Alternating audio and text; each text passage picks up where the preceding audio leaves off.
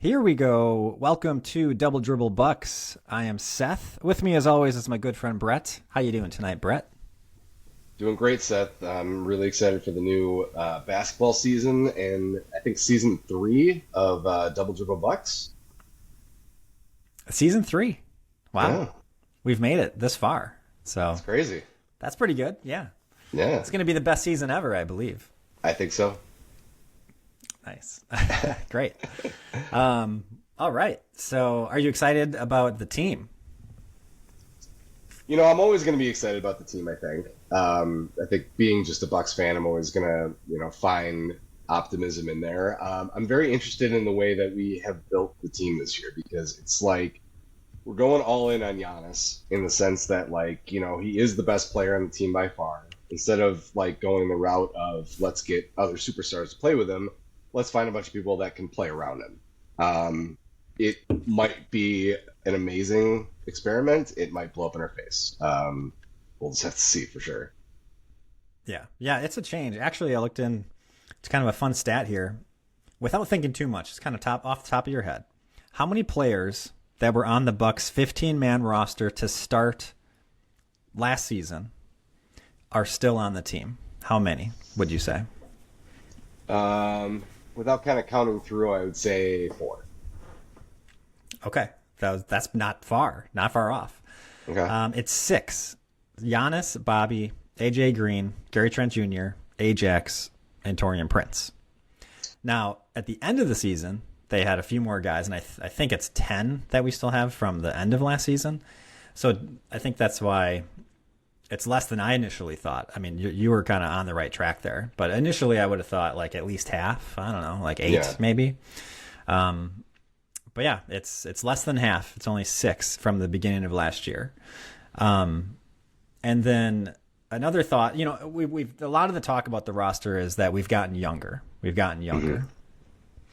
Well, what do you think is the difference in average age from last year to this year? From the beginning of last year to the beginning of this year? That's a good question. I would imagine it'd be pretty significant because, I mean, Brooke Lopez alone is 38, right? 37, 38. So, Something like that. and let's see, Dame was 35, 36, something like that. So, I'm going to say that our average age, let's just say the average age last year was 35, and I'm going to say it's 30 this year. The average age, looking at the 15-man roster, is actually older this year. Really? Isn't that a surprise? That is really Now, surprising. That's looking at all 15 guys. I didn't count two ways. And I think so it's zero point 0.6 years different. I mean, it's almost the same. It's 27.2 last year, 27.8 this year. For my math, maybe I'm off a little bit. I looked at it, did my own calculations. Maybe I messed up. But one huge difference there is the young guys who didn't play. So in terms of like who's playing, I think we did get a lot younger. Yeah, that's true. But you had AJ Johnson, Tyler Smith, Chris Livingston, 21 and under, never played basically. And Yeah. Marjan Beauchamp was 22, 23 maybe, and he basically didn't play. So you had four guys who essentially didn't play that were really young. Yeah, And then that's you true. had old Lopez, 37, 38, Dame, I think 34. Whoever, we had older guys actually playing. So this year, the oldest guy in the team, I think is 34, I believe. And then other than that, it's 31. And yeah, a lot of guys in their 20, but we don't have those super young guys. Yeah. We don't have any 18, 19, 20, 21-year-olds. So Yeah, it's interesting because I feel like there's always the experts that are going to say like how you have to build a roster, and it's going to be the mix of the super young guys, a couple stars. I think they're going to say that across the board, and that's you go to like Moneyball, the movie or the actual baseball team when that happened.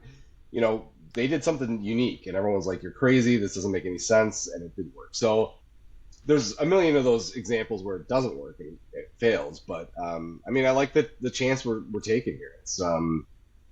I think it's a very calculated risk. I think we saw that the biggest complement to Giannis's game would be another big. Brooke was at his best a great defender and somebody that can shoot the three. I think we were talking last year. The best person that could have teamed up with Giannis was Miles Turner, and holy shit, Mm-hmm. we got Miles Turner, which is like, okay, this is going to be pretty interesting. So I don't know, maybe they had something there saying like, all right, look, if we can fill that piece and then kind of get a bunch of guys that can shoot and kind of develop, this might work. So yeah, that's very surprising about the age, but yeah, I don't know. I'm still cautiously optimistic. Yeah, I think you nailed something there with Miles Turner. With the way that we can play now, we can play the same way now with interchangeable parts, and that we're not drastically changing how we're playing. While last year it was Brook Lopez, and then it was Bobby Portis kind of filled in for him. It was kind of like small ball ish, but definitely more higher paced and switching on defense. Mm-hmm. I mean, it was a completely different defense that we were playing. So I think now it's just going to be more cohesive, more we're all one team doing the same thing, come in and fill the role, and we're not drastically changing what we're doing out there. And that might be hard for some players. I guess I'm not sure, but I think that is a drastic difference, whether it's a help or not. But last year we definitely played like two different ways depending on who was Mm-hmm. out there. And and actually the best way that we played was with Bobby Portis and that fast pace once we got, especially with Kevin Porter Jr. out there, and kind of how the team changed from the beginning of the year to the end of the year. The Bucks seem to be a better team, and the stats at least bear that out. And so now we're playing that way all the time. And so it's, that's one optimistic way you could look at this as to like, hey, maybe the Bucks are going to be like pretty good. We were really good with that lineup, and now we're going to be able to do that lineup and kind of different players, but a similar playing style of that lineup for like the whole game, the whole season, so to speak. So yeah, I think that Miles Turner acquisition could be a really big deal, much more bigger deal than a lot of people are making it. Yeah, I mean, we talked about it last year. Brook Lopez, he just kind of played a more archaic center position that was kind of going out of style, like the let's just post up in the rim, and that worked for a while. And I think, the other thing is like, any sports team, they don't want to get rid of the stars. It's like, oh man, it was such a big deal to get rid of Chris Middleton, which yeah, it is, but you kind of have to. You have to move on from Brook Lopez. You have to move on from these guys at some point. And I think the other thing that we're looking at is like, we need to address the fact that the, Dame experiment didn't work. And I think a huge part of that is, Dame was a guy that was running his own team and would get guys to kind of play his style around him, but he was going to be the guy to make the last shot and do his thing. And he goes to a team that is essentially built the exact same way, with Giannis doing that. And I'm not saying that they couldn't get along, and I'm not saying the games couldn't work, but that is a completely different style. Whereas you look at this Bucks roster, you have guys like, all right, we got Giannis, who's won a championship and MVPs. Bobby, who was on that championship team. Miles Turner, who got the taste of being in the finals without going there all the way. And a bunch of other guys that are so hungry to prove that they are listening to. I mean, you sent the clip of the practice, and the way that people are listening and looking at Giannis, and anything this guy is going to tell me, I am going to soak it up, because this is the best possible teaching moment of my life. I'm not saying, I don't know that was what it was like with Dame, because Dame might have had a different approach to be like, yeah, that's great, but what about this way? And this way, it's like just Giannis, and that's the guy I'm 100% committed to being like, yeah, like any way he wants to play, I'm ready to listen and give it a shot. Yeah, this is a stat I saw on Twitter. We'll probably come back to it a couple times in this episode here, but I saw someone post the top 8 net ratings for 3-player lineups for the Bucks that played at least 200 minutes.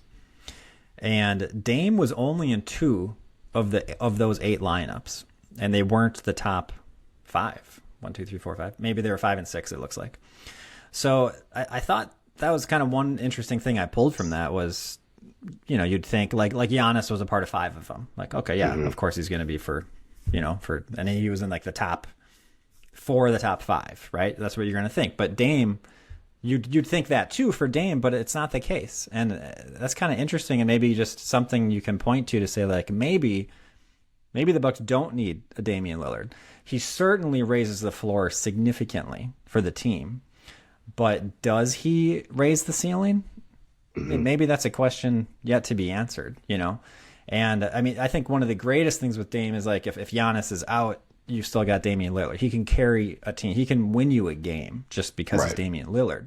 So now if Giannis is out, okay, now it's pretty tough. We don't have someone to kind of carry us. We're going to really have to play very well as a team, you know, when that happens. And I don't think they can do that all the time. They can do that some games, but we certainly need Giannis to be healthy to have a chance here. So we definitely lose something with Damian Lillard gone. I mean, it's not like, oh, you know, no big deal, we lost Damian Lillard. It's a problem. But maybe it's not as much of a problem as we think. And like we're talking about, playing a different style that actually Damian Lillard didn't really fit for him in terms of that fast-paced style, and like focusing more on defense. That's not Damian Lillard. He's small. He did give a lot of effort. He wasn't horrible, but you know, that's definitely somewhat of a liability for him. So there are positives and ways we can actually get better without Damian Lillard. But seeing that he was only in 2 of the top 8 of those top 3 3-player lineups was pretty interesting, I thought. Yeah, that is very interesting. I think, you know, the thing with Dame too is he never passed the sniff test, I guess. You know, Ashley watches lots of Bucks games, but she doesn't know everything about the NBA. So she was constantly being like, all right, so tell me again why Dame is such a great get, and tell me again why I should be, you know, super excited for this.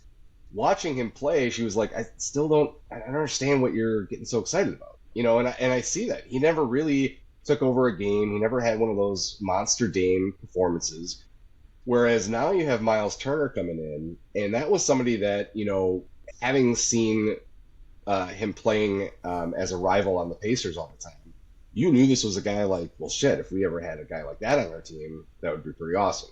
So right away, like, you're kind of getting excited to be like, all right, I've seen this guy play. I've seen what he can give. This is going to be pretty awesome. I think the narrative, too, that's pretty fun is, you know, all of the experts were talking about how Miles Turner was like the go-to free agent, like the number one guy to get.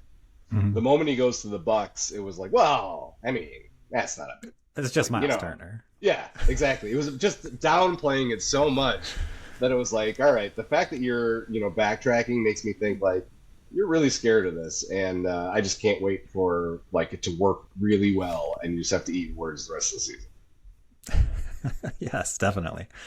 Well, let's get back. I had one more fun fact on the roster question for you. Bucks' current roster has how many of their own picks? So how many players on our team did we draft?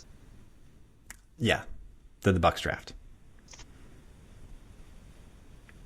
That's going to be very low. It was Giannis. Technically, it was Kevin Porter. Because didn't we draft him and then, right? Okay. I guess you're right. Maybe it's one more than what I have here. If you count that. Yeah. And then, you know, I know AJ Green was a two-way through the herd, so I don't know if, I'm assuming he was a undrafted. So I'll just say there was probably one more. So I'm going to say 3. Okay. The answer that I had was 2, Giannis and Ajax. Whether Kevin Porter Jr. counts or not, I'm not sure. I think maybe that was like you pick them and you trade them immediately kind of thing, and I don't know if that counts. So 2 was the answer that I had. Okay. Which kind of leads to, so they just cut 2 guys. They just cut Smith and Livingston, which were 2 other guys that they drafted. Smith pretty recently. So what do you think about the Bucks keeping guys like, let's say maybe the last 2 guys, like older guys, were Amir Coffey and Gary Harris? What do you think about keeping those 2 guys who are 28 and 31 over a young Smith and a Livingston who's kind of been being developed for 2-3 years? So my first thought would be I don't like it because, you know, you have to be able to draft and develop players. It just has to be part of your makeup. You know, you look at hell, Jokic was a late second round pick. You know, I don't know that anybody expected him to be what he was. I didn't know anything like that. Those are like those 1 in a million things. Yeah. But Malcolm Brogdon was a second round pick and he won Rookie of the Year, and we took care of that. I don't know if the Bucks organization has just been so bad at drafting, or the philosophy isn't the draft, that it bothers me. But at the same time, knowing that they've been so bad, I'm not as upset about it, because it's like, you look at Beauchamp, right? He gets drafted, he's crying. It's like, oh, this is a guy I want to root for. He's terrible. Like, he cannot stay on a team to save his life. Like, the guy sucks. I mean, as an NBA player, I'm sure there's, he's a good basketball player and probably still a nice guy, but like, he's just not an NBA player. Yeah. And it's like, we drafted him in the first round. What were we looking at? I don't know if I understand it. So it's like, yeah, you drafted Giannis. Awesome. That's a home run. But since that, you've kind of sucked. So I'm okay with it based on that. I mean, I would love to see the Bucks organization come out and say we have a new head of scouting, or we have a new something, and then I might get more excited about it. But since the history, I guess that makes me a little more tolerant of losing him. Yeah. With letting Smith go, one, it tells me that he's not good. If they saw a possibility, I think they would have kept him, and they would have cut Coffee or Ajax probably. But they must have just decided after a year that he's not it. It's not going to happen. Which, good, cut your losses when you do the right, like, don't just hang on to it just to hang on to it. But anyway, letting him go it makes that 2024 draft look as bad as possible now. It was immediately bad. It was immediately like, what are you doing here? Because we needed to win now. We were all talking about, let's get someone who can help us right now. Or can you trade? You have 2 picks. Can you trade 2 picks and get a guy who's going to be in the rotation for this next season and possibly win us a championship? We have Damian Lillard. We have Giannis. It's like, let's go. Instead, they reached on both picks, taking super young guys who for sure were not ready. They were prospects. They were guys that maybe they're going to play in 2 years type of guys. And it was just the opposites of like what you should do. It didn't make any sense. And then now, a year later, to not have either of those guys, it was just 100% waste of a 15th pick and a 31, whatever it was. And that's just so sad. And just to be that quick, 1 year later, it's done. It's not like Beauchamp. Like 3 years later, you know what? This isn't going to happen. Livingston, 2 or 3 years, whatever it was. It's like, okay, we tried, we developed him, we had hope. Fans were talking about, oh, Livingston's going to be it. He's so athletic, and then it just doesn't happen. AJ Johnson, we gave away. That Chris Middleton trade, it's got to go down as one of the worst trades. The further away we get from it. And then, Tyler Smith just waived. Not even, and he just wasn't good enough to trade. He was just not. The second round pick, I don't know how you can be that upset. A lot of second round picks don't work out, but. Again, they should have traded those picks or draft at 15 should have drafted. I don't know if Ryan Dunn was available. But there were a couple of guys that we were talking about that were like, play now. And Ryan Dunn did play for the Suns all season. It was like, okay, we could have used him. So that's what to me was so upsetting. At the same time, it's like he's probably the right guy to cut. I guess so. I'm not really that upset that they cut Smith. It's just like PTSD from the 2024 draft.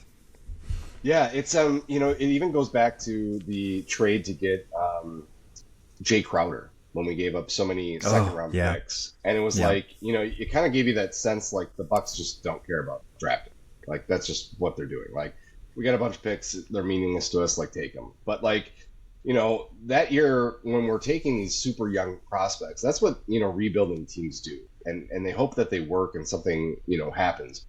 When you're the team like the Bucks were at the moment, you either have to trade those picks for some veteran guys to come in, or you go for the quote old college players, the guys that played 4 years in a program, that are coming out at age 24, 23, 24, and maybe not going to be the next all-star. But that's the other thing that you have to look at. It's like people look at a basketball team and it's like you're not drafting 15 Giannis's. It's not going to happen. There's no team that has 15 MVP caliber players. There are guys that have roles, hence role players. But, it's like you need a guy to be the ninth guy off the bench that's going to bring energy, that's going to be able to play defense, that's going to be able to, put up a shot when he gets that moment. And I think that's the thing that was being overlooked. It's like, you're taking these big swings on these young guys. What are you thinking you're accomplishing? Like, are you going to get like, all the top 5 MVP votes are all on the Bucks? No, that's not going to happen. Like, I just feel completely disjointed with what they're doing. So I'm just hoping that, this experiment, they can look back and be like, all right, we got to start over. We got to change our scouting department. We got to change our philosophy because I don't want to go through another year like that. Yeah, and what's interesting is at the same time frame of them being so terrible with drafting, they somehow, like you said, undrafted or however they got AJ Green and however they got Ryan Rollins on this 2-way contracts. And they scouted enough to be like, hey, you can only have 3 2-way contracts. It's like they chose these guys somehow and developed both of those guys into legit NBA players who are going to be, important to this team in the main rotation. AJ Green now finally starting for the Bucks. So they can develop guys. They can scout enough to be like, these are the guys we want in our 2-ways to try and develop, but they just can't seem to draft. Yeah. So at least they're doing something. They're not like hitting 0 on everything here. Yeah. And in the same time frame, they didn't draft the guys, but they got 2 legit players over the past 3. I guess I don't know when AJ Green came in, 3-4 years ago. In the past 3-4 years, we have 2 legit starting guys. So even though we didn't draft them, they're kind of our guys. Absolutely.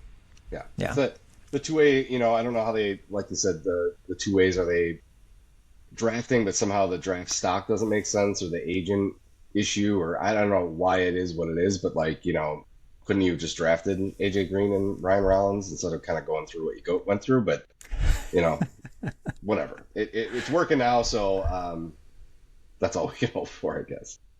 That's right. All right, well, let's stick with Ryan Rollins, AJ Green a little bit. If you had to pick one player who you think will have a breakout season, so I gave you those are 2 kind of maybe top of mind guys, but there's a couple other players who might fit the bill.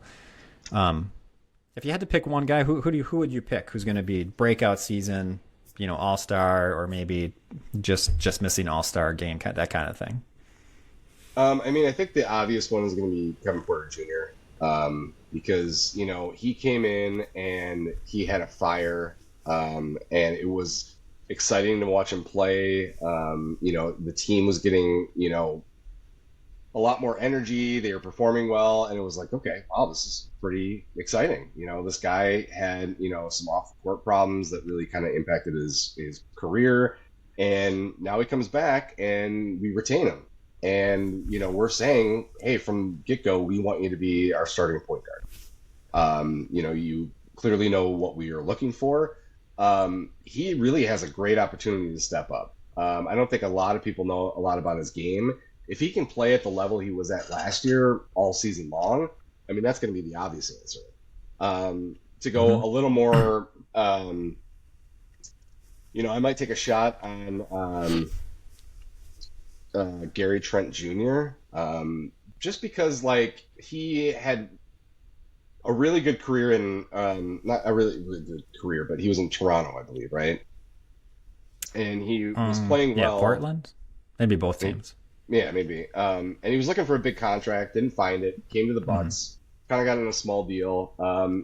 I think a lot of us think he's got that, under the table Bobby Portis deal, where it's going to be like, hey, stick with us for another year, and then next year the cap opens up, we can sign you to something big, which I don't think a lot of us will be surprised, but it's also going to be a time he's going to step up. So, if he can have, again, some of those games where he was lights out shooting threes, and he can find a way to consistently be like that. Now all of a sudden you got a potentially exciting point guard who likes to play defense, knows his role on the team, and then a guy that's coming in and can shoot lights out. And, oh, yeah, by the way, you also have AJ Green, who's developing to, like, a lights out shooter. Like, you've now all of a sudden really kind of built this team around Giannis to be able to do whatever he wants. So I'm going to take those picks. Who do you got for your sleepers, I guess? Yeah, I think you're right that if you had to bet on it, I think I'd bet on Kevin Porter Jr. because I think he has the biggest opportunity, and Doc seems to really like him,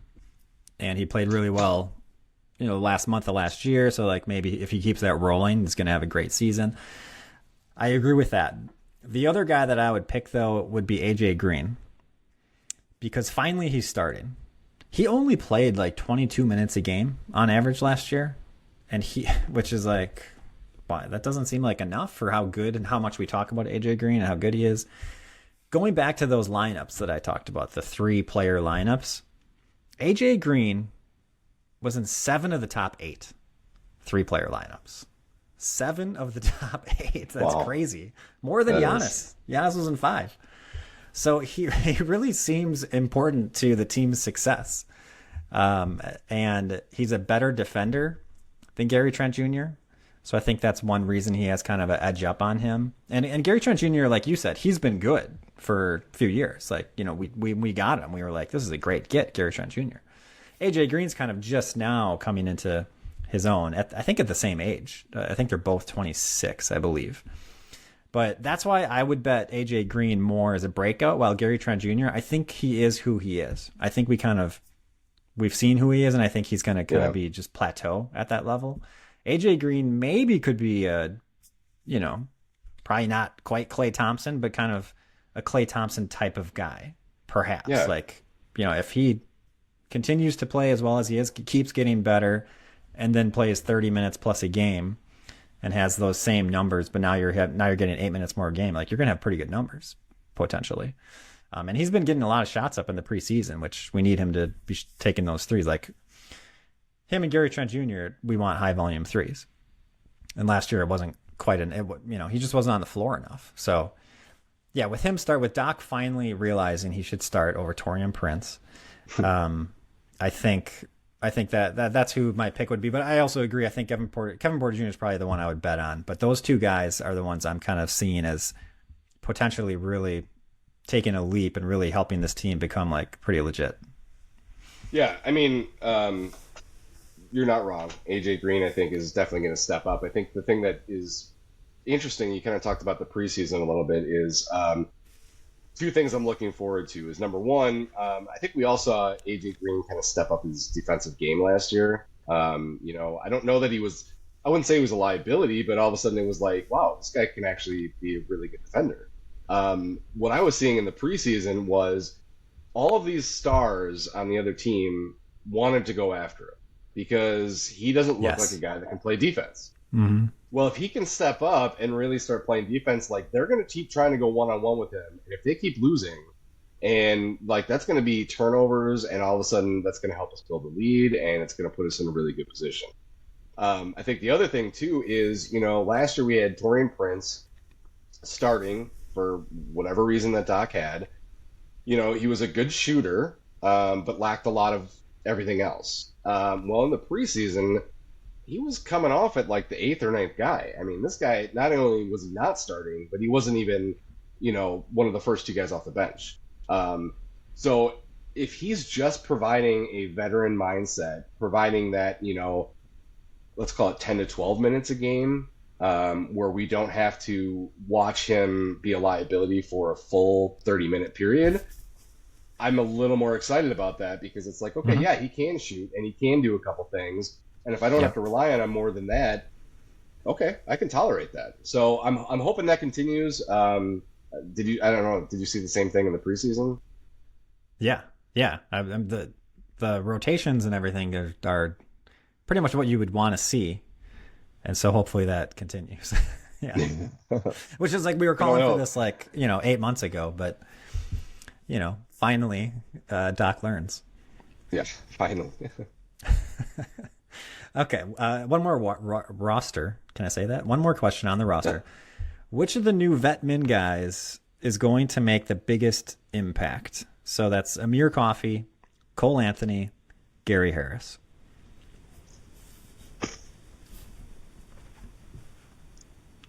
I don't know, to be honest, because you got Harris is a shooting guard, right? Yeah, he is. Anthony is a point guard. He's kind of a ball dominant point guard, I would say. Okay, and then What was the third? Amir Coffey's Mere Coffee. Torian Prince 2.0, as I say. Yeah, yeah.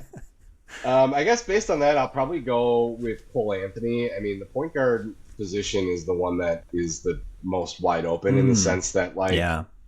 we do have Kevin Porter Jr. We're anointing him the starter. We think there's a lot of good things there, but there's a possibility that they kind of do like a 50-50 split, or you need that veteran guy to come in there. And again, we're getting guys that are role players. Cole Anthony's not coming in trying to put up 25 points a game.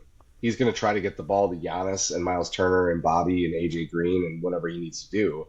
So he might not necessarily step up in the sense of like that fringe all-star or whatever you want to call it, but I mean, he might be like a solid contributor that you're like, wow, this guy's actually like pretty great to have on this team as kind of an even presence. Mm-hmm. Yeah, I definitely think Cole Anthony's the guy out of those three, especially based on preseason too, kind of cheating. What happened in preseason, I'd say he played a lot more than those other two guys. But I think you're right. It's partially because we don't really have a point guard on the team even. I mean, Kevin Porter Jr., is he a point guard or is he a shooting guard like originally? Maybe he's a point guard. I don't know. Yeah, I don't know. Ryan Rollins has played a lot of point for the Bucks, but Doc has referred to him as a shooting guard multiple times. So I don't know if we even have a true point guard. And then honestly, Cole Anthony himself is a point guard, but again, he's pretty ball dominant. He's trying to score a lot. That's my one fear with him, is that he might not distribute as much as you'd want to see. Although if he's the second unit guy, he might not be out there with Giannis. It might be like, I think his role is, hey, we need a scorer out there, and that's what he's doing. So if he's in with Giannis a lot, I don't know if that would work very well. It could. I mean, you need more than one scorer, so I guess it's possible. But that would be my one fear with Cole Anthony, is just kind of shooting too much, based on who's out there. Do you think any of these three guys will be a DeLon Wright, meaning doesn't really play? Basically, we traded him away last year for I don't remember, probably nothing. Do you think one of these three guys might be a DeLon Wright, or do you think they're all going to contribute?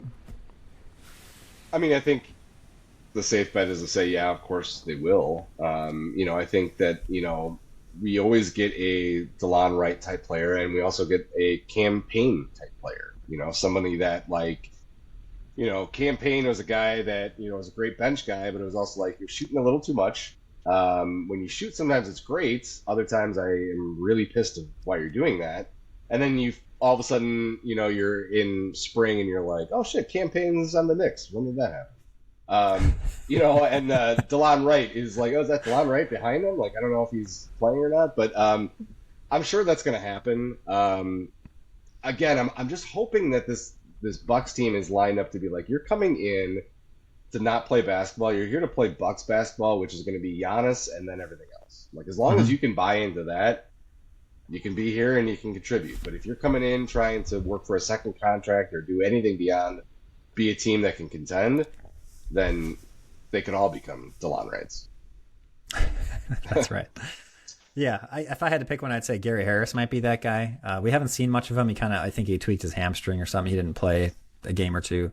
But we have a lot of guys at that position, and I could just see if he's not standing out. Like DeLon Wright got some playing time and just wasn't very good. He was like really struggled offensively, and then Doc didn't play. He just didn't get more opportunities. So if Gary Harris kind of struggles at the beginning, he might just be at the end of the bench, and then we just trade him away. I could see that. While Amir Coffey, I think, is going to have more just chances of opportunities to play, just because he can be a 2 through 4 kind of a thing. Hopefully probably like 3-4, kind of like Torian, like I said, like Torian Prince. I think there's more use for him on the team. Well, there's lots of Ryan Rollins, we haven't really talked about much at all, but he should get a decent amount of minutes. Certainly Ryan Rollins should play over Gary Harris, I would think. So that might be more of a battle for minutes. Then you got Ajax, right? So Ajax is probably at the end of the bench at this point, but I could totally see him jumping a Gary Harris maybe. So I think that, just kind of based on our roster, I think there's kind of a lot of guys there. So Hopefully he's awesome though, and he used to be a really good defender. That's what I think of when I think of him. But he is 31, and I'm not sure if he's had injuries or not. I haven't followed his career enough, but he, wasn't really coveted, right? We kind of picked him up on I think later in the summer. I'm not sure, but is he still good? I guess is the same with Amir Coffey. He actually played a lot last year. Why did the Clippers not re-sign him? They didn't want him. Why is that? So some of these guys, it's like, why were they available? Yeah, I mean, the Clippers, who knows what's going on with the Clippers? They might not be a franchise based on their wheeling and dealing. That's right. But, and Gary Harris, I think he was in Orlando. Is that what you said? Because I feel like... He was for sure. Was he last year? Probably. I don't know. Yeah, I kind of heard when he was signed, I was like, my immediate thought was like, that guy's still playing somewhere? He just feels like a guy that's been playing since the 90s, which I know is not the case, but it just seems like he's just kind of been around. One thing that I was thinking of, though, and this might not be on your fun stats, but are we going to have the team with the most T-shirts under the jerseys? Oh, wow. Because we got Rollins, Bobby, and Miles Turner.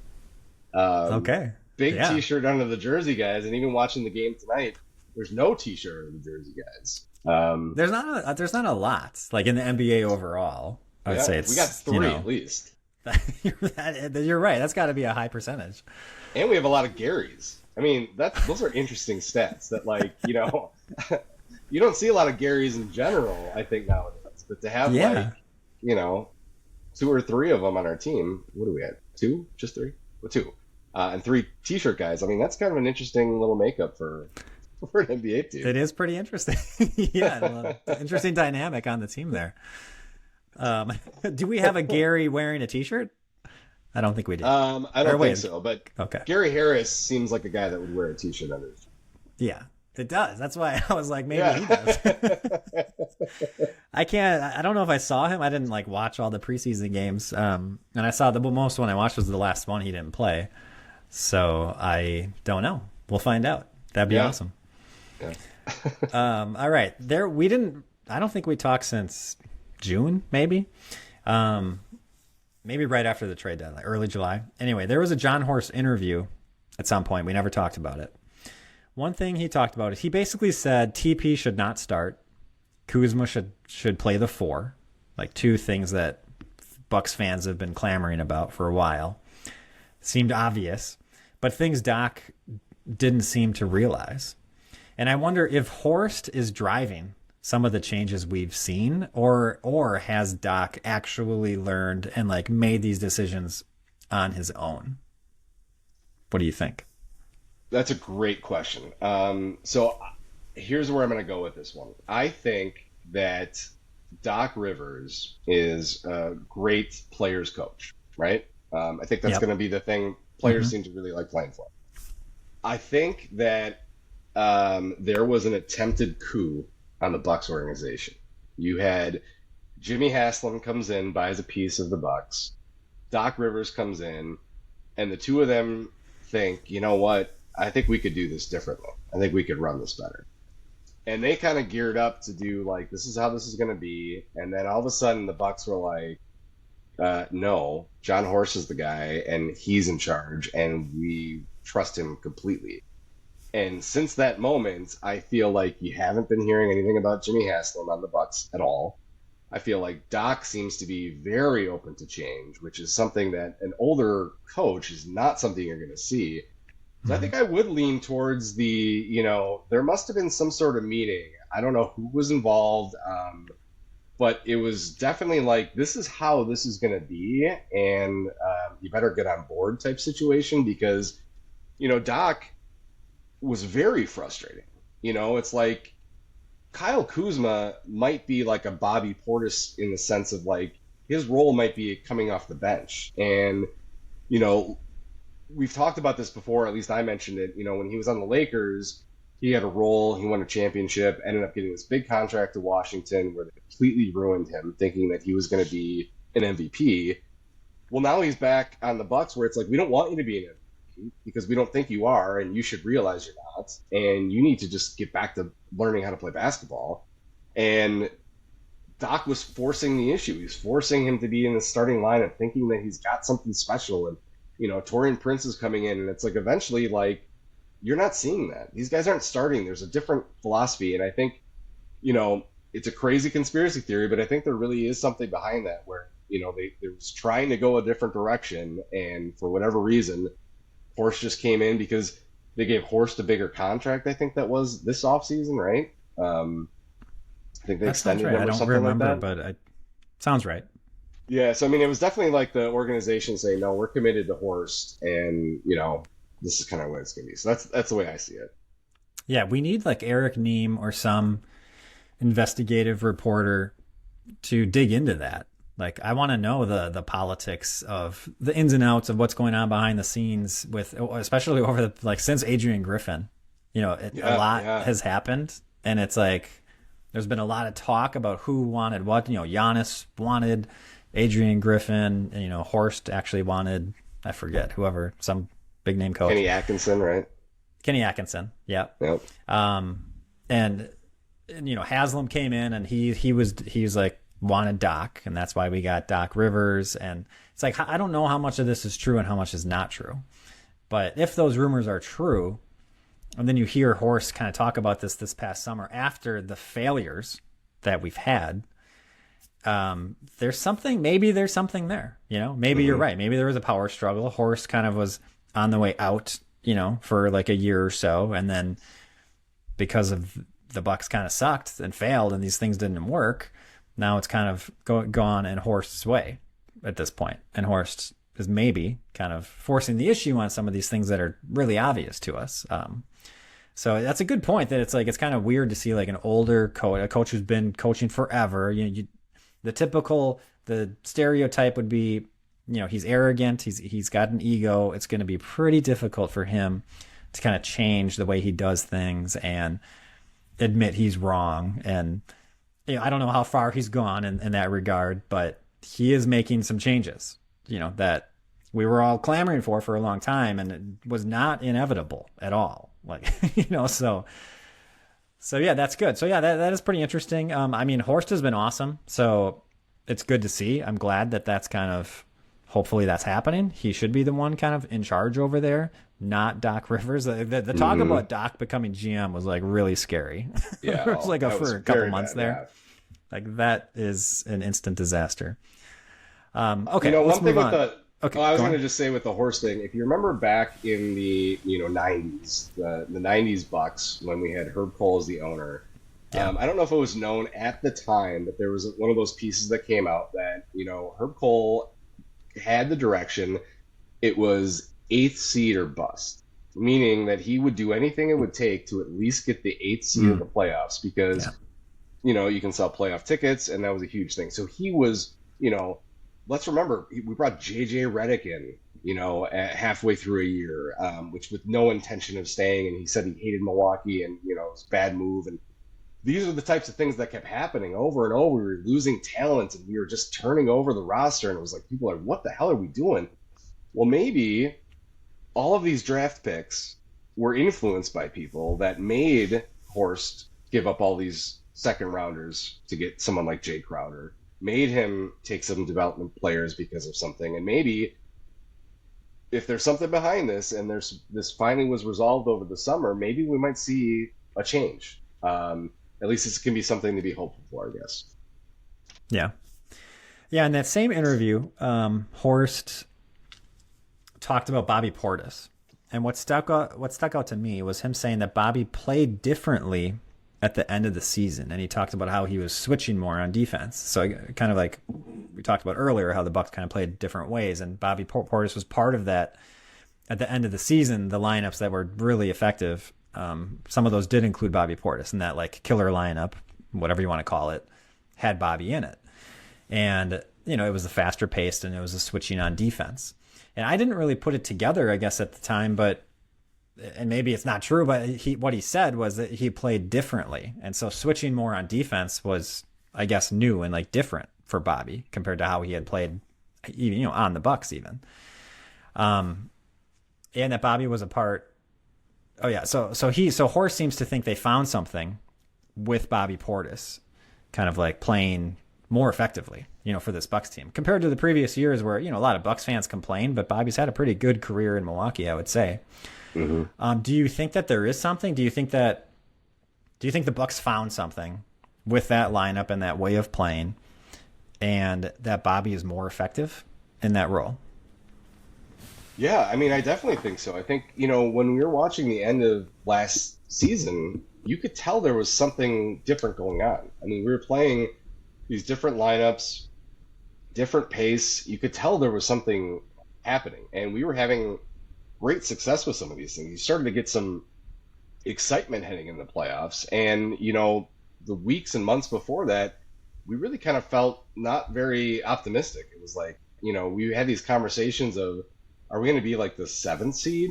Is there a chance we might miss out? Or like, is this, and then we kind of got a little excitement at the end. So I think there definitely could be something there. Why that is, I don't necessarily know. I mean, Bobby Porter's career, again, he kind of had a Kuzma-esque in the sense that, he goes to the Bulls. They expect him to be, this amazing power forward. Yeah. The Bucks apparently inquired about him a couple times. That got shut down. Then the Knicks offered him a massive contract, and he never really lived up to it. And then he comes to Milwaukee, plays as a sixth man, is in conversation for sixth man of the year every year, and is having a great time. If you have the right people in there that are saying, like, this is working and let's show you how to do this, and he gets that buy-in, like, yeah, you could be unlocking something tremendous. So I definitely think there could be something there. How it developed, I don't really know for sure, but I definitely see something happening. Yeah, I could believe it. I mean, I think it makes sense that Bobby would be effective in a faster-paced lineup. Now, can he switch? I guess that's kind of impressive that he was successful in switching. I'd have to go back and look. I guess I don't recall, but he was not a liability. I don't really have any thoughts of like, oh, Bobby needs to get off the floor, he can't hang.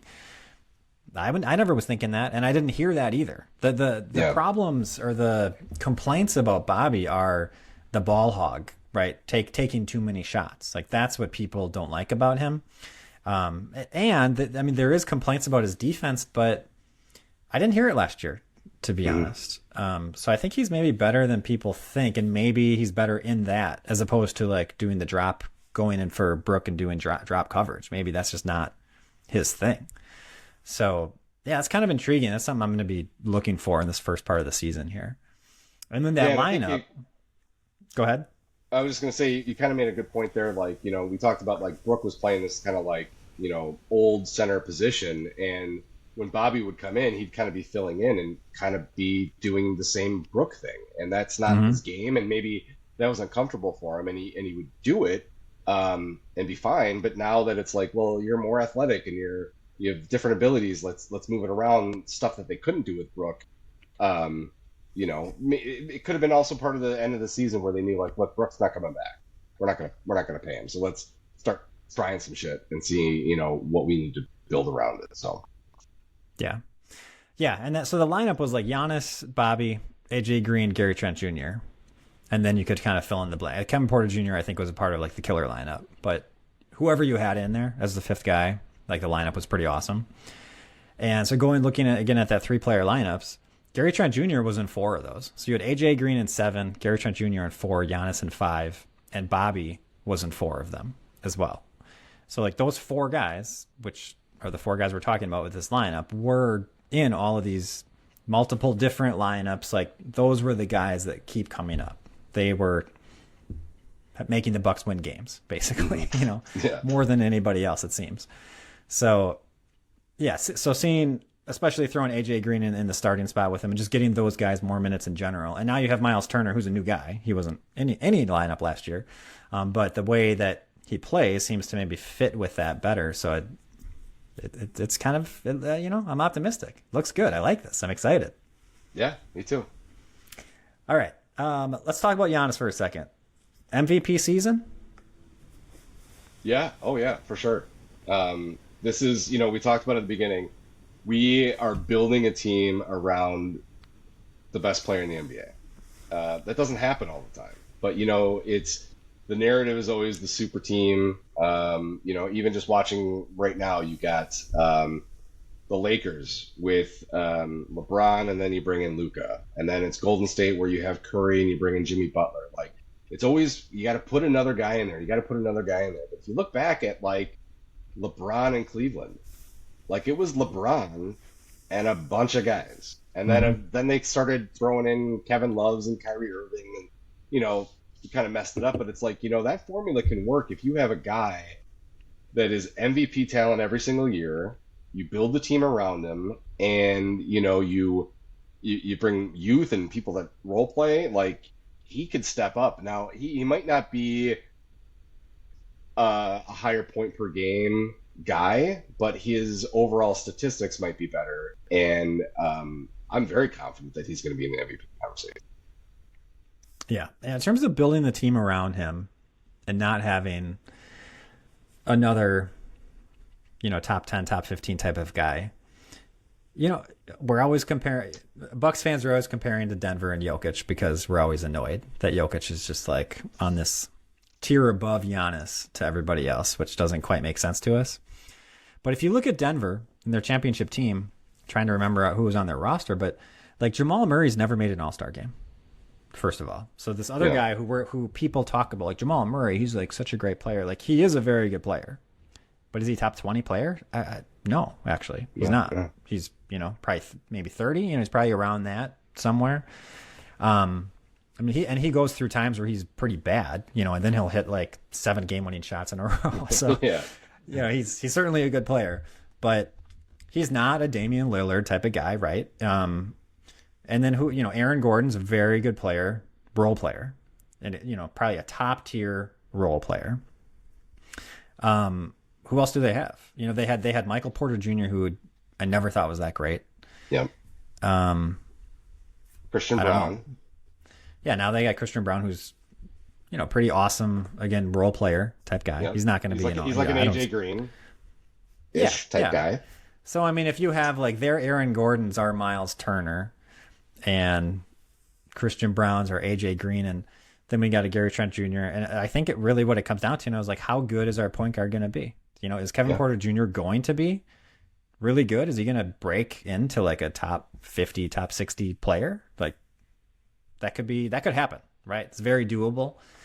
If that happens, like is our team that far off, from what we're thinking of like a Denver championship team? Like it doesn't seem crazy to me. People are talking about the Bucks like they're so bad, and it's like, a couple of guys need to step up, but they're young. They haven't had opportunities till now. Like it's very possible, and you have Giannis on the team. It's like we have the most important element that 2 other teams have a guy, right? There's Jokic and there's SGA.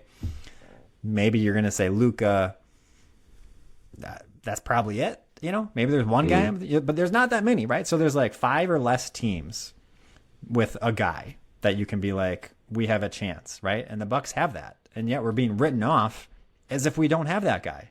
And in addition to that guy, we have Miles Turner, a very good center who fits perfectly with Giannis and these other pieces. And it's like, hey, where's the respect?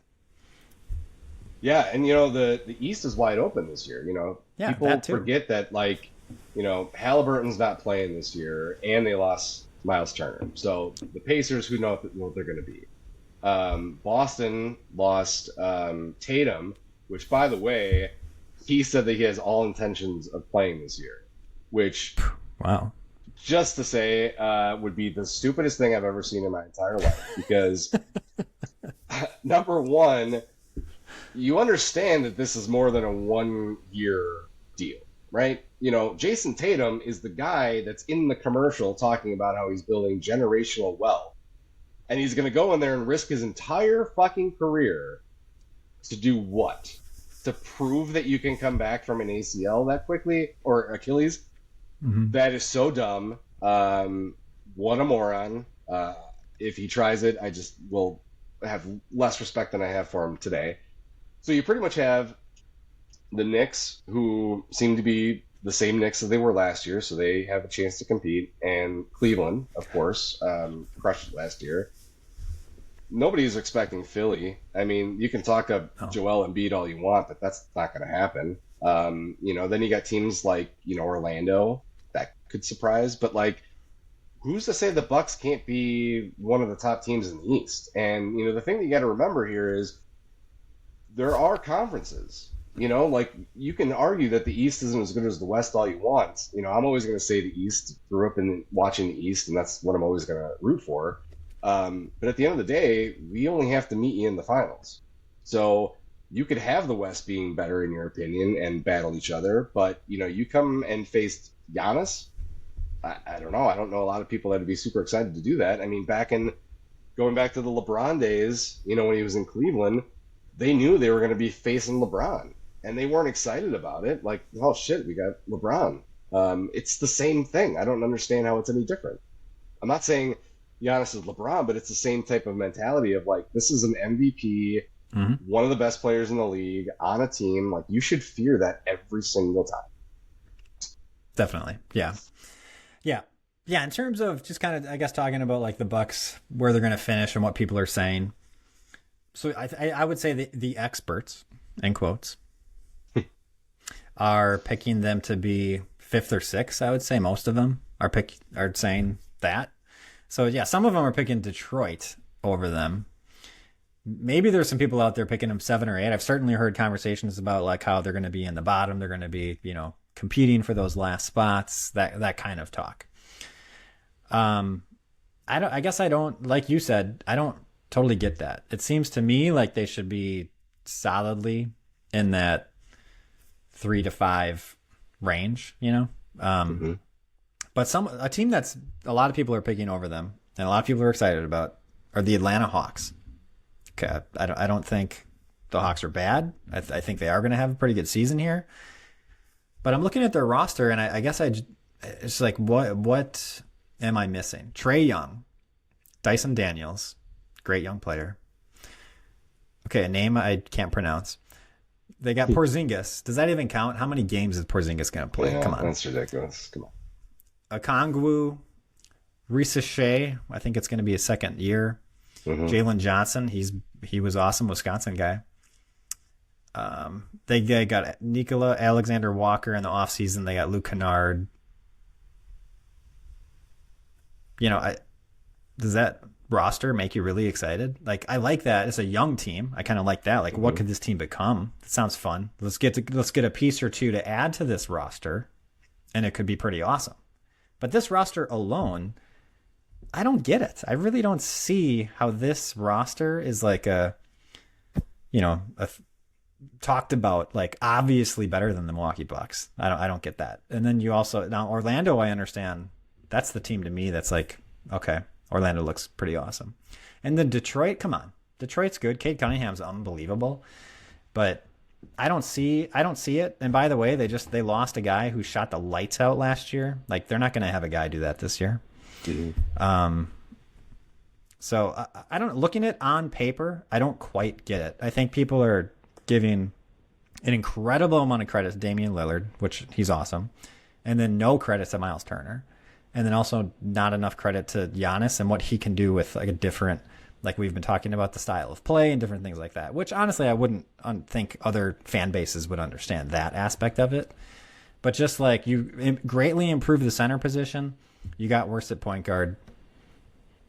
It doesn't seem like we're going to be so much worse. So I don't quite see it. But again, comparing to this team's, Atlanta's maybe the one that I'm most questioning. Like, I don't really see that roster as like so great. Well, it's I'm going to go on a little tangent here on the narrative that sports experts hate the Milwaukee Bucks.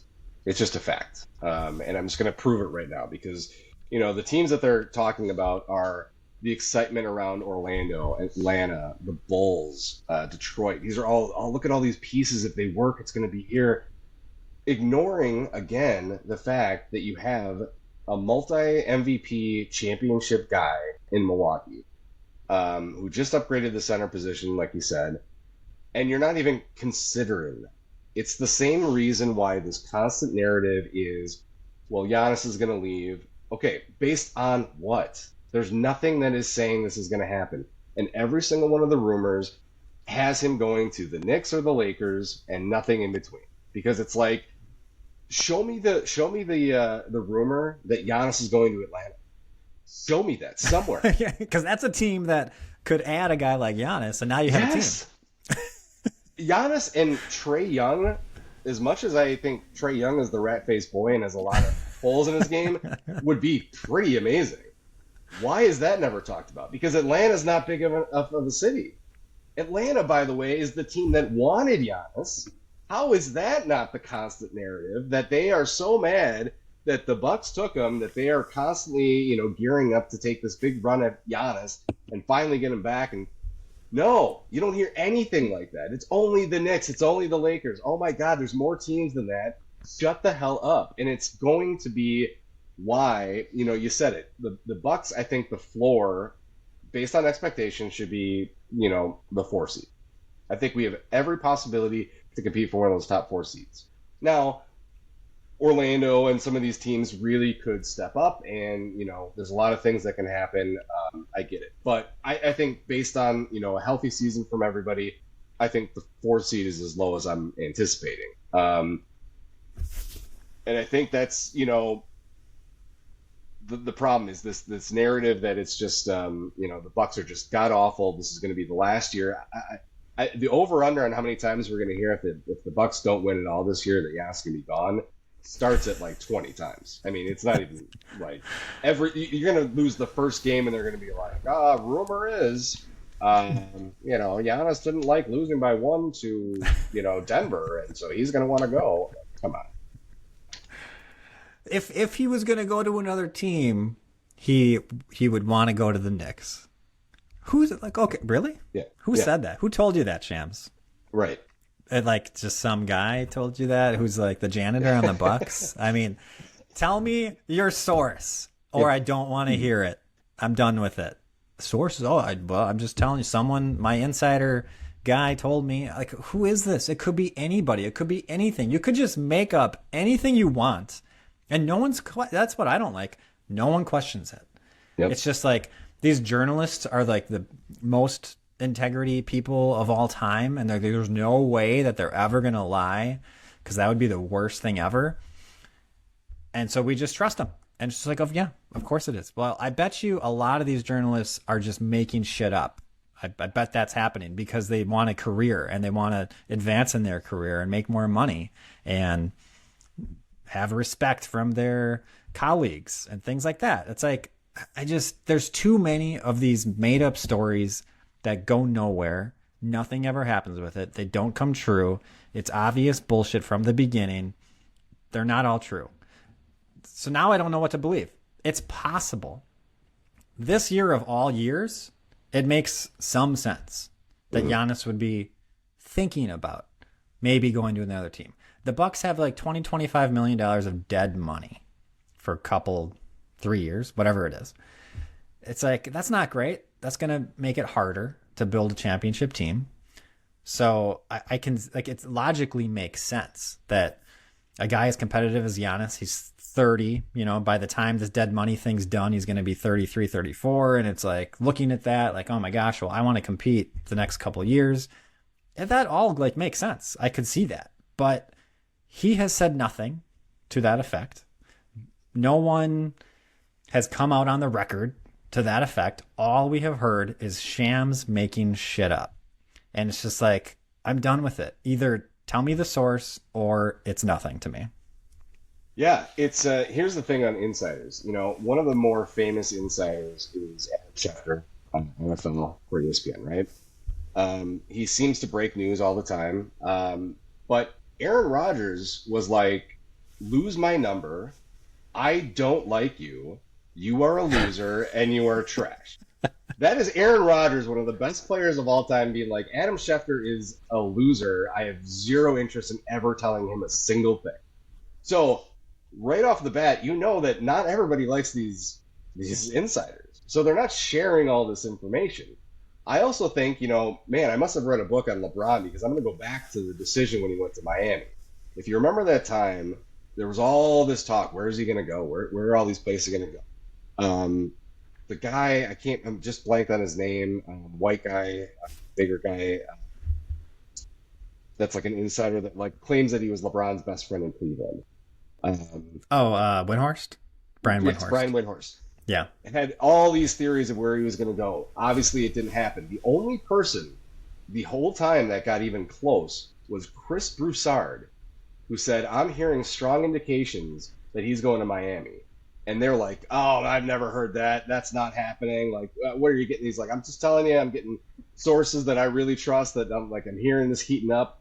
And it turned out to be the only one that was correct. And all these other guys that are getting paid, oh, I got a great personal relationship with LeBron, were way off. Miami wasn't even a team that they considered. So I'm completely with you. Until you tell me a source, until I hear Giannis say it himself, I'm not believing any of it. I'm also not believing the fact that a guy who continues to drive what was a 98 Suburban, still shops at Costco, wants to move to fucking New York City. Yeah, that makes a lot of sense based on the character of the person you're talking about.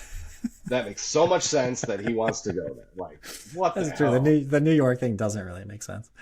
But also, it was such a like weak thing. Like if he were to go to another team, the team he would want to play for is the Knicks. That could be anything. And obviously, it's not Giannis who's talking to Shams. All right. Obviously, it's, if this is real, some person who talks to Giannis, whoever that may be.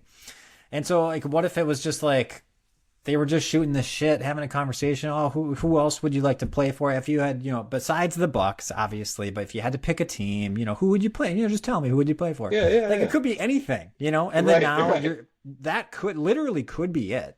And then now it's a story for a week on ESPN that essentially the narrative of the story is Giannis wants to go to New York, and that's not even actually the story. Like, if you read it, that's not what it is. But that's kind of like what comes out of it is, oh, Giannis wants to go to New York, but he can't get there because the Knicks can't make the trade and the Bucks didn't want to trade him. It's like, that's not even the story. You don't even have the story right. Giannis once said that he liked playing at Madison Square Garden, which, apparently a lot of players do. It's a big stage. Giannis always said, I feel like I step up when I play. And it's, some of his big highlight moments have come in Madison Square Garden. That could be the basis of the story alone. Just saying, like, he likes playing there. Because that could be. I'm saying, if you're going to be a guy that wants to go play for the Knicks, tell me why. You like Tom Thibodeau? You like Jalen Brunson? Tell me a reason why you want to go to the Knicks. Not that it's just the Knicks. Because as far as I know, James Dolan is the most hated manager or owner in the NBA. Why the fuck would you want to go play for him? You're giving me no concrete reason. If you would have said, Giannis has always said that he likes to play with Jalen Brunson. Okay, wow, now I'm starting to maybe see something there. You're not telling me anything. Knicks, why? Give me anything. That's true. Crappy owner. There's nothing. A coach that nobody seems to like. Thibodeau's always voted one of the worst coaches by players. Well, it's Mike Brown. They fired Thibodeau. Well, yeah, okay, sorry. But it's that those are the types of things where it's like, okay, so you really want to leave Milwaukee, that's been great to you from the beginning, to play for Mike Brown, who's on his 4,000th team, playing with a bunch of guys that all went to Villanova, and you're going to fit in with him because of what? Villanova sounds Greek? I mean, I don't understand the philosophy here. It doesn't make any sense. No, it doesn't. Okay, now, having said all of that, which I believe, okay, I'm not putting on a show here, but I do think that there is some fear for the first time of Giannis wanting to leave. I don't think he'd be a jerk about it, but I could see the season going just terrible. KPJ is a disaster. We're in the play-in, whatever it is. It's just, we're not competitive. And going into next season, it's like we don't see a way out. We don't see a way of becoming competitive. I could see Giannis being like, I want to compete. I want to play for a team that's going to compete. I don't think it's going to happen here for at least a couple of years. And that's just, I don't want to waste a couple of years. Can you please trade me? I think that's possible. I think I'm open to that, for the first time ever, which is a little scary. And I guess whether you agree or not, the question I would have is like, how well do we have to do this season? Where's the line where Giannis is like, this isn't good enough? Yeah, I mean, you make a great point. Giannis isn't a big time competitor. He talks about how he doesn't even really turn on his phone during the season. He doesn't follow social media. He's like, guys on the team are, oh, did you hear this? Did you hear that? He's like, no, I'm here to play basketball. That's what I do. So, he's a competitor. He wants to win. He wants to be great. I don't know if there's like a certain threshold that we have to hit. I don't think Giannis is going to be saying second round or I'm out, or something like that. But I think it's going to be based on the overall feeling on the team. If he's got guys that aren't buying in, that are goofing off, that are lazy, that clearly don't want to come to win, that's going to bother him. If you start to lose the locker room with Doc, that's going to bother him. Those, I think, are the bigger things because, we're on a bad streak of losing in the first round. And I haven't heard Giannis say anything other than it sucks to lose. He's not throwing his team under the bus. He's not saying we have to rebuild, we have to get a piece. He's not saying any of those things. He's saying losing sucks. And I want to make sure that we get better next year. That's the mentality of like, hey, I think these guys tried their best and I'm ready to go to war with them. And I hope we make some improvements to the areas that I think, probably existed. So I think that's kind of more of the mindset. I think that, if we can make it to the second round, it's going to solidify that we're onto something. I think then the fear goes away. I know that's a long road. I think if we miss the playoffs, that fear needs to become a real reality. Because if we're not in the playoffs with what we've constructed and with that dead money, that's going to be something where he's going to really want to be talking to his family about where do I want to go. I don't know that the future is here. Yeah. Well said. I pretty much agree with that. The one thing I would say is I think next year is pretty similar to this year in terms of our roster. We have guys signed for more than for the next 2 years for like all the big names, essentially. Then we have player options for like way too many guys. That's my biggest complaint with Horst is these player options. Gary Harris gets a player option. Taurean Prince gets a player option. It's just, I'm going to throw up. But anyway, all these guys, there's like, 10 guys here that are basically on the team next year. So, and the guys that aren't, or maybe aren't, are all veteran minimum guys. So if we're not competitive with this team, we're not competitive next year is kind of how I look at it. It's going to be difficult to like completely change your team without having any, ability to like sign an additional guy, I would say. So that's kind of the one caveat that I put to that is like, if we're not competitive, then it's like, we can't change it, even like, let's say the guy like you, I totally agree with what you were saying. If there's guys on the team that like don't have that competitive spirit, aren't willing to do what it takes to get better, to win, to, give their full effort, play defense, all this kind of stuff. Giannis is going to be pissed. Yeah. As he should be. And hopefully the coaching staff is also upset and that guy gets benched or whatever. But yeah, if we're not competitive, I guess I'm kind of afraid. Now, we've talked an hour about it. I think we will be. I really like this roster. I'm actually pretty excited about this team. If it doesn't work, and injuries can happen, and that can be an excuse, but it's also like it sucked. And like that just might be super unlucky. I guess that'd be maybe worst case scenario. But either way, if we don't do well enough with this team and kind of have that competitive spirit and kind of like we could potentially win, let's say we lose in the first round, but it was really competitive. We could see ourselves kind of advancing. Maybe we had an injury on top of it or something like that. Like, okay, I think he'll come back, but if it feels like we're not going to go anywhere, I'd be a little afraid. Now at the same time, I think he's loyal. I think he wants to be here. He's going to try and make it happen would be my take. He's going to like try and rationalize and make every excuse to stay and try and kind of talk himself into staying in Milwaukee. So where the line is, I don't know. It's hard to say, but I think it's going to have to be obvious where it's just like, this sucks. I need to leave, Yeah. So I think, the one thing to think about with like next year though is, we always want to pretend like we understand the cap, and we also get to the point where we're like, I don't understand how this thing works. But this year we got, the NBA moving to NBC, Prime, ESPN. Those are going to be these big networks. So big money deals just came in. I think the cap is tied to that in some way.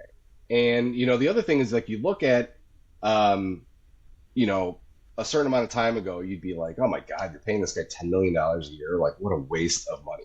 But now $10 million is nothing. Like, great. Yeah, paying $10 million. It's nothing. It's not even going to affect us. So what is $25 million of dead money going to look like in a year? Maybe it's not going to be as big of a deal. Maybe that's going to be the equivalent of the $10 million deals. And, it's in the NFL, the first time you saw a quarterback getting $50 million, you're like, what the hell? You're paying $50 million? Now they all make $50 million. So it's like, all right, well, I'll just shut up now. So, I mean, that's definitely something to think about. Like, if these numbers inflate this cap, that really could have an impact. I think you have a point where maybe there is money to sign someone based on salary cap increasing. And we're under the cap, or I guess I don't even know, wherever we are with the cap is better than we've been before. So yeah, salary cap increasing. So yeah, maybe there's one more guy that you decent guy. It's not going to be obviously like a max player, but someone who's like legitimate. To your point, yes, that's a good point. I guess what I would say about the dead money is there's no margin for error. Like you can't have a bad contract. For years, people were complaining so much about Pat Connaughton. It was like $9 million. Yeah. It's like, it's not that much money. Okay, now we're giving away 25 million for literally nothing. You can't trade it away. You can't do anything. It's just gone. And so you just have to, so Kuzma at 20 million, if he can become a good role player who's helping the team, I'm okay. I mean, it's probably too much, but at least he's helping the team. I mean, so far, the couple months we had with Kuzma, it's like, you're not helping the team. Like, I'd rather you just not be playing, It's basically a waste of 20 million. It's a really bad contract. So you just can't have those misses when you're throwing away 2025 to Damian Lillard and Michik or whoever that guy is. It's it's 20 million to Dame, and then it's like a couple, and then I guess it's Chris Livingston, and I think there's one more guy, but anyway, that just makes it harder. The Kuzma contract being a bad contract, it's better than what Chris Middleton opted in for like $38 million. That's right. You're right. We would have had 33. I mean, Middleton probably is more helpful, but at the same time, Middleton doesn't fit what we're trying to be. So in that sense, I'm actually glad we don't have Middleton, because he's just going to kind of he's going to be like Lopez, where he's good. I like him, but I think he's holding us back. We're not playing the way we should be playing. And now our roster is like, everybody fits the way we should be playing. And that's what's exciting. Yeah. Absolutely. Okay, let's end it with just kind of our projection for how the season's going to go. So the over-under Vegas has is 42.5. I'm sure we're both going to be higher than that. But let's just say, how many wins do you think the Bucks are going to have, and what seed are they going to get if they make the playoffs? If you think they're going to make the playoffs. So I do think they're going to make the playoffs. I'm always going to be, I think, a Bucks optimist. So I want to say they're a 50-win team, but I'm gonna cop out a little bit, and I'm gonna say we're a 48-win team. Even though I want to say 50, I'm gonna say 48. I think Cleveland is going to be really good this year. I think the Knicks have the pieces to be really good this year, and then you're going to see a bunch of stuff happening from there. So I'm gonna say 48 wins and the 4 seed. I would say that I'm going to be optimistic here. Weird things happen every season. And, the Cavs, the Knicks, everyone's picking them to be 1-2. Weird things happen. People get hurt. I think one of those teams might fall down to like a 4 or 5 seed. So I'm going to say the Bucks are going to get the 3 seed. I think they're going to get to 50. I'm going to say 51 wins. I'm being optimistic here. I think it's very possible. So that's what I'm going to go with. Okay, well, I think that's going to do it for us. Great first episode. Excited for the season. Follow us on Twitter or X at PodDDB. Email us at doubledribblebucks@gmail.com. Subscribe and rate us on Apple, Spotify, wherever you find us on, wherever you listen to our podcast. And until next time, go Bucks.